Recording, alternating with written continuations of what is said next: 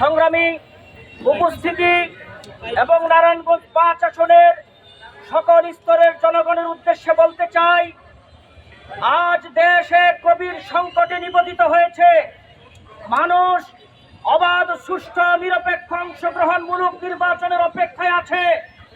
এই নির্বাচনকে বানচাল করার জন্য কিছু কিছু দল এবং দেশি বিদেশি চক্রান্ত চলছে।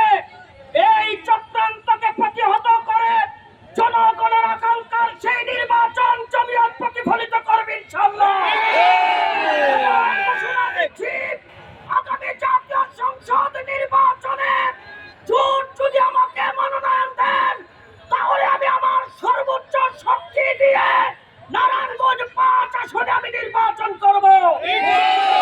যদি জোট অন্য কাউকে মনোনয়ন দেন, আমি আমার সর্বোচ্চ শক্তি দিয়ে তার পক্ষে কাজ করব। আমি নারায়ণগঞ্জবাসীর উদ্দেশ্যে বলতে চাই, আইন শৃঙ্খলা রক্ষাকারী বাহিনী আইন শৃঙ্খলার অবনতি, ব্যবসা বাণিজ্য ভালো নয়। নারায়ণগঞ্জের মানুষ হাহাকারে আছে।